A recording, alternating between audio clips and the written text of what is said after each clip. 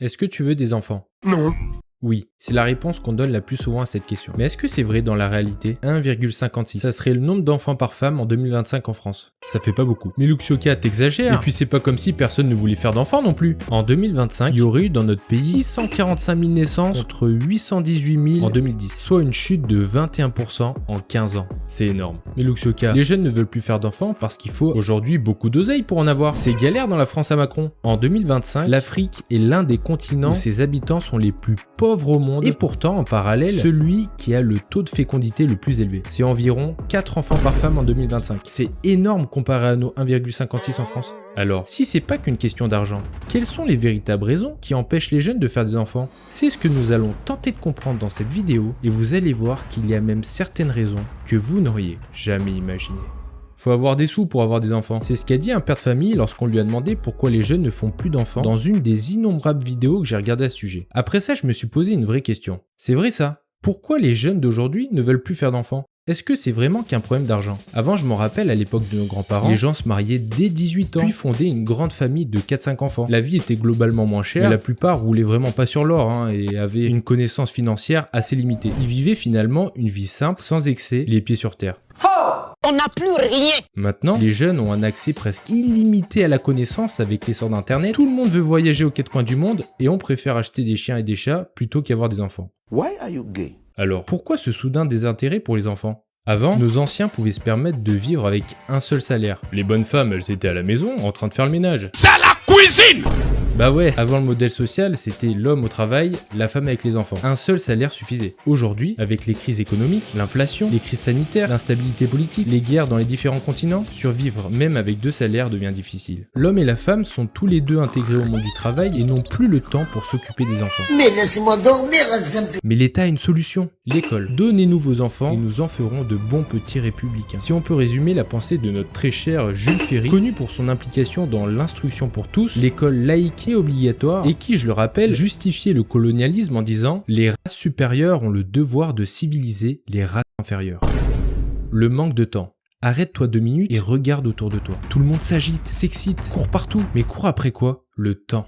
Comment concevoir des enfants dans un monde où personne n'a le temps pour soi? Comment donner du temps à un petit être alors qu'à la fin de la journée, j'ai tout juste le temps de prendre une douche et d'aller dormir pour réenchaîner cette journée infernale jusqu'à mes 40 prochaines années?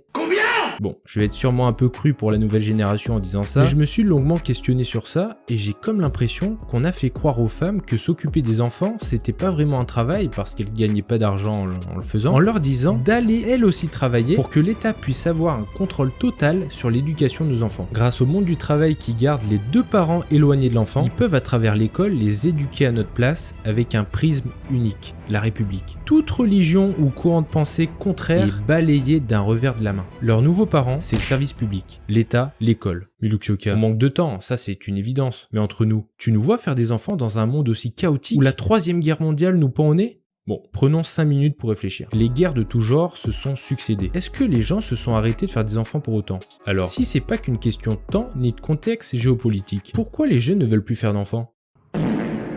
Ouais, ils ont trouvé ce genre d'énoncé dans un livre d'SVT. Aujourd'hui, on nous vend une société débridée, hypersexualité et prostitution en toute légalité sur les réseaux sociaux. Les parents ne sont plus un homme et une femme, mais tout et n'importe qui. On banalise le polyamour, la tromperie, le libertinage. Gay. Plutôt que de valoriser de véritables connexions avec son ou sa partenaire. Le socle de la famille traditionnelle est complètement ridiculisé et sali par des communautés qui ne représentent même pas une personne sur 10 dans le monde, subventionnées par certains milliardaires pour que l'individu lambda n'ait plus de réels repères dans sa vie pour pouvoir mieux le contrôler et le manipuler. Si l'individu croit plus en rien et n'a plus de limites, alors on peut lui faire croire tout et n'importe quoi. La société d'aujourd'hui nous fait sans cesse culpabiliser d'avoir des enfants. D'une part par notre niveau de vie qui ne fait que chuter même dans les pays développés, d'autre part par cette obsession de l'écologie. L'énergie verte qui disent. On nous dit sans cesse qu'il faut sortir nos vélos pour moins polluer, laisser le chauffage à la maison, ne plus prendre l'avion. Bah ouais, bilan carbone, ça pollue. Should I call you mister? Alors que ces mêmes personnes prennent des jets privés aux frais de la princesse.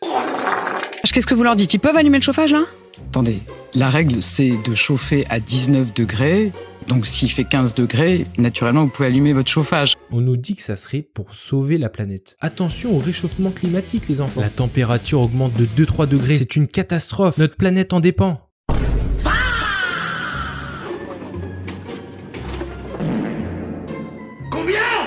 Ça fait des milliards d'années que la planète subit des réchauffements climatiques en tout genre. Elle était désertique au début, des méga-volcans qui ont tout détruit sur leur passage. Il y a eu des pluies acides, des reptiles, puis des dinosaures qui se sont soit fait zigouiller par des méga-volcans ou par des météorites qui leur ont tombé sur la gueule. Ah, ça a reset complètement la map, la transformant soit plus végétale, soit aujourd'hui recouverte d'eau avec nos mers et nos océans. Et les mecs veulent nous faire croire que nos quelques milliers d'années d'existence menaceraient notre planète. La blague, c'est pas la planète qui est menacée, mais plutôt notre espèce. La planète, elle s'en carre le coquillard de réchauffer de quelques degrés. Nous par contre, dans certains pays, il fera tellement chaud que les gens seront obligés de quitter leur pays pour vivre dans les pays du Nord. La planète, que ce soit avec ou sans nous, elle se refera, comme elle s'est toujours refaite, même après les pires catastrophes. C'est l'espèce humaine qui disparaîtra. On sera simplement l'espèce qui aura tenu la moins longtemps en se comptant en milliers d'années. C'est tout. Suffit simplement de se renseigner sur l'évolution terrestre. Vous allez voir que l'écologie verte actuelle est une énorme mascarade. Mais Luxioka, j'aimerais comprendre. En quoi ça pose problème que les Français ne fassent plus d'enfants? Je comprends pas bien.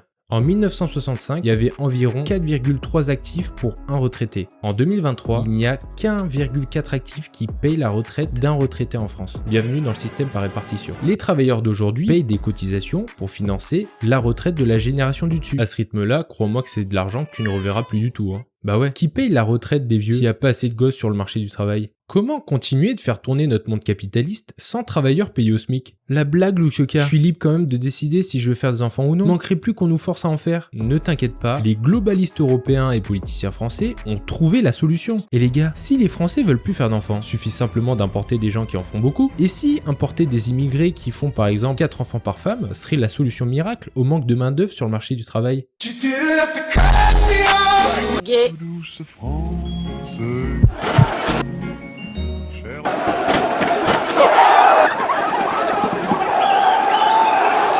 Mais ces Mozart de la finance sont aujourd'hui confrontés à un problème. La plupart de cette main-d'œuvre bas marché ont compris qu'il était plus facile d'attendre les aides sociales payées par les travailleurs français plutôt que se lever à 5h du sbar comme tout le monde pour aller travailler. C'est pas moi qui le dis, suffit de se renseigner.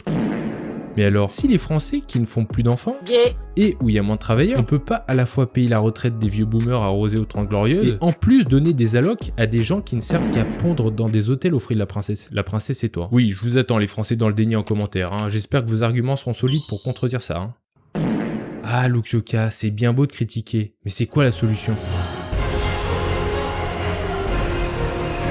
We don't need your doctors. We don't need your engineers. Take them all and pay for them. Et quel intérêt de faire des enfants après toutes ces raisons aussi flippantes les unes que les autres? Avoir des enfants, ça se réfléchit, on n'en fait pas comme ça. Faut déjà de quoi les mettre bien financièrement dans ce monde capitaliste avant d'en faire. C'est une évidence, il n'a pas à subir vos problèmes financiers. Vous leur devez tout, car ils n'auront jamais demandé à venir au monde. Votre enfant, c'est un peu une part de vous à qui tu as tout à donner. Lui transmettre tes valeurs, tes connaissances, tes principes de vie et surtout ton amour. Lui permettre d'avoir lui aussi la chance de vivre une belle vie entourée d'une famille unie et aimante, une famille fidèle, simple, où le père et la mère seront complémentaires dans son évolution. L'enfant pourra s'épanouir et se développer uniquement si le socle familial entre le père et la mère est solide.